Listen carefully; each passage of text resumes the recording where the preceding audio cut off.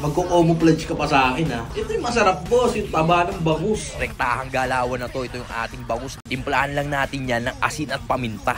All-purpose flour boss. Tapos yan, halo-halo lang natin sa kanya ng ganyan. Ednis na tayo ng kalan boss. At dito natin sasalang yung boneless bangus. Tapos yun, yung luto na, hinango na ni Tito Otits. Pakuluan na natin tong utak ng baboy at atay ng manok. Yan na, himay-himay na natin. Ingatan lang natin na huwag masira yung pinaka-tiyan niya mga ropa. Sa isang mangkok, lagay na natin tong atay ng manok tsaka yung utak ng baboy. Tapos antimano, pinigaan na natin ng 3 kalamansi. Asin, paminta, liquid seasoning, suka rin boss. Tapos yun na, dudurug-durugin na ni Tito Otits yan. Tapos yan, lagay na natin yung sibuyas boss. Siling green na rin, siling pula. Maggadgad tayo dyan ng luya. Tapos tsaka natin inilagay ngayon yung mixture ng utak at atay mga boss para dinakdaan na dinakdaan talaga yung datingan. Kita mo naman, sobrang quality niyan. Guilt-free ang dinakdaan ni Tito Otits na yan, boss.